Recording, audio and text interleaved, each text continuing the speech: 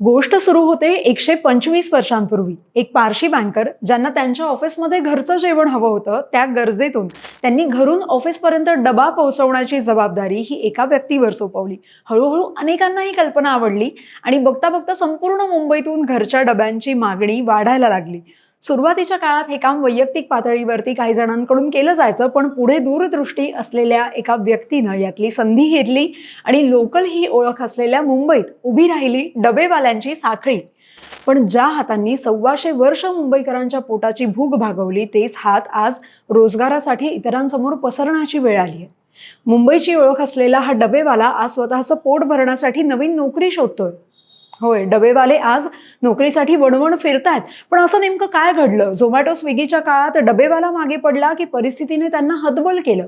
एका जागतिक स्तरावर गाजलेल्या संघटनेवरती आज ही वेळ का आली आहे? सगळं जाणून घेऊया आजच्या या व्हिडिओच्या माध्यमातून. नमस्कार, मी आकांक्षा आणि तुम्ही पाहताय लगावबत्ती. एक काळ असा होता की डबेवाल्यांची सेवा ही मुंबईची लाईफलाईन मानली जायची. पण आज हीच जीवनवाहिनी शेवटच्या घटका मोजते की काय अशी भीती निर्माण झाली आहे. मुंबई म्हटलं की लोकल सारखेच डोळ्यांसमोर येतात ते गळ्यात तुळशीची माळ, कपाळाला आणि कानाला पांढरा टिळा लावलेले, खांद्यावरती एखादा पटका आणि डोक्यावर पांढरी टोपी घालून लोकलच्याच वेगानं धावणारे डबेवाले, ज्यांच्या मॅनेजमेंटचे धडे हार्वर्ड सारख्या मोठ्या विद्यापीठात दिले गेले, ज्यांच्या अचूकतेचं कौतुक इंग्लंडच्या राजानेही केलं आणि ज्यांच्या वेळेच्या शिस्तीसमोर मुंबईची लोकल ट्रेनही फिकी पडली.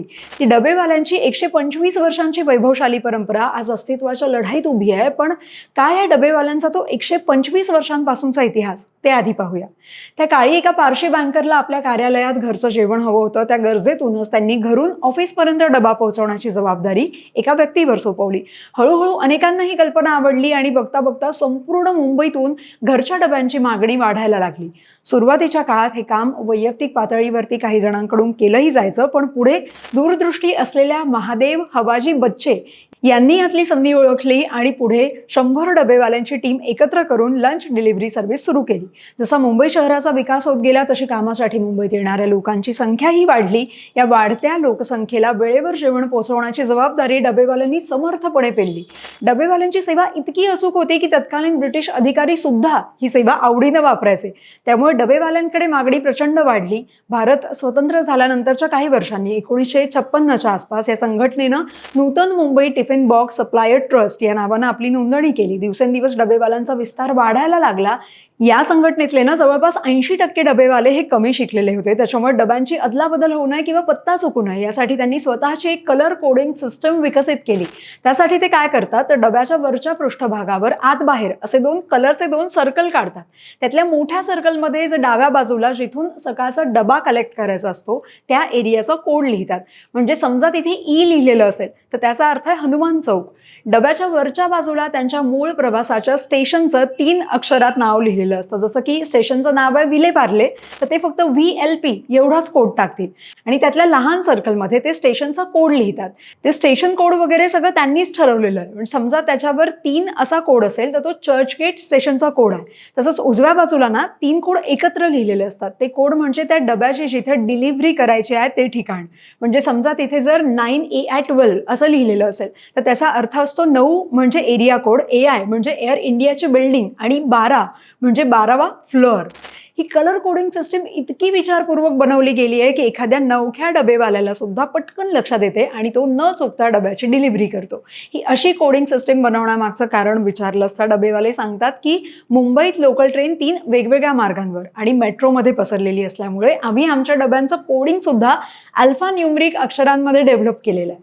मुंबईत फिरताना अंगावर पूर्ण पांढरे कपडे, डोक्यावरती गांधी टोपी, गळ्यात तुळशीची माळ असा साधा गणवेश दिसला की समजून जायचं हे डबेवाले. या एकाच प्रकारच्या गणवेशामुळे ही डबेवाल्यांमध्ये मोठी एकता आहे. यातले मॅक्झिमम डबेवाले विठ्ठलाची भक्ती करतात. तर अशा प्रकारे मुंबईच्या डबेवाल्यांची ही प्रोसेस 125 वर्षांपासून अविरत सुरू आहे. हे सगळे डबेवाले मुंबईच्या लोकांना डब्यातून फक्त जेवण नाही तर त्यांना आपल्या आईचा आशीर्वाद, बायकोचं प्रेम, बहिणीची माया देखील पोहोचवतात. मुंबईतल्या डबेवाल्यांच्या प्रामाणिकपणावर लोकांचा इतका अढळ विश्वास आहे की आजही पगार किंवा खासगी चिठ्ठ्या डब्यातून पाठवताना कुणीही संकोच करत नाही, कारण हा डबेवाला कधीच आपला डबा उघडून बघणार नाही याची खात्री प्रत्येकाला असते. पाऊस, वारा किंवा मुंबईचा अक्राळ विक्राळ ट्रॅफिक अशा कोणत्याही संकटात ही 700 ते 1000 रुपयात मिळणारी सेवा कधीच खंडित होत नाही. म्हणूनच त्यांच्या व्यवस्थापन कौशल्याचा अभ्यास करण्यासाठी जगातल्या नामांकित कंपन्या आणि विद्यापीठं मुंबईत येतात. मात्र जागतिक स्तरावर मॅनेजमेंटचे धडे देणाऱ्या आणि सिनेमा डॉक्युमेंटरीचा अविभाज्य भाग असलेल्या या गौरवशाली संघटनेची आजची अवस्था अत्यंत हृदयद्रावक आहे. कधी काळी 5000 डबेवाल्यांच्या मदतीनं दररोज 2 लाख डबे पोहोचवणारी ही सिस्टीम आज फक्त 1000 डबेवाल्यांवर येऊन ठेपली आहे. कुटुंबाचा उदरनिर्वाह करण्यासाठी डबेवाले आज चहाची गाडी चालवतात किंवा अवघ्या काही हजारांवरती कुठे कुठे वॉचमनची नोकरी करतात. आणि या अधोगतीचं मुख्य कारण म्हणजे डबेवाल्यांनी काळानुरूप स्वतःत न केलेले बदल आहेत. कोणत्याही आधुनिक तंत्रज्ञानाशिवाय आणि ॲपशिवाय काम करणारी ही संघटना आजही जुन्याच पद्धतीवर अवलंबून आहे, ज्याचा फायदा घेत त्यांच्याच टाइम मॅनेजमेंटचा वापर करून स्विगी आणि झोमॅटो सारख्या कंपन्यांनी आधुनिक तंत्रज्ञानाच्या जोरावर डबेवाल्यांच्या मार्केटला खिळखिळं करून टाकलं. तज्ज्ञांच्या मते जर डबेवाल्यांनी योग्य वेळी आपल्या सेवेचा विस्तार करून इतर वस्तूंची डिलिव्हरी किंवा स्वतःची टिफिन सर्व्हिस सुरू केली असती तर आज डबेवाला ही भारतातील सगळ्यात श्रीमंत आणि यशस्वी डिलिव्हरी कंपनी म्हणून नावारूपाला आली असती. असो, डबेवाल्यांच्या या कठीण काळात आपण एक जबाबदार नागरिक म्हणून त्यांच्या पाठीशी उभं राहणं अत्यंत गरजेचं आहे. ज्यांनी पिढ्यानपिढ्या आपल्याला घरची चव वेळेवर पोहोचवण्याचं निस्वार्थ काम केलं, त्या डबेवाल्यांच्या सेवेची दखल आता समाजाने आणि सरकारनं घेणं आवश्यक आहे. ही ऐतिहासिक संघटना पूर्णपणे उद्ध्वस्त होण्यापूर्वी राज्य सरकारने त्यांना सावरण्यासाठी ठोस पावलं उचलावीत, अशीच भावना आज प्रत्येक मुंबईकराच्या मनात आहे. तर असं होतं मुंबईच्या डबेवाल्यांचं हे वास्तव. तुम्ही कधी अनुभवली एका डबेवाल्यांची सर्व्हिस? तुम्हाला त्यांच्या कामाबद्दल आणि आजच्या या परिस्थितीबद्दल काय वाटतं? त्यांच्या कार्यपद्धतीत कोणते बदल व्हायला हवेत असं तुम्हाला वाटतं? तुमची मतं आम्हाला कमेंट्समध्ये नक्की कळवा आणि अशाच इंटरेस्टिंग व्हिडिओजसाठी लगावतीला सबस्क्राईब करा.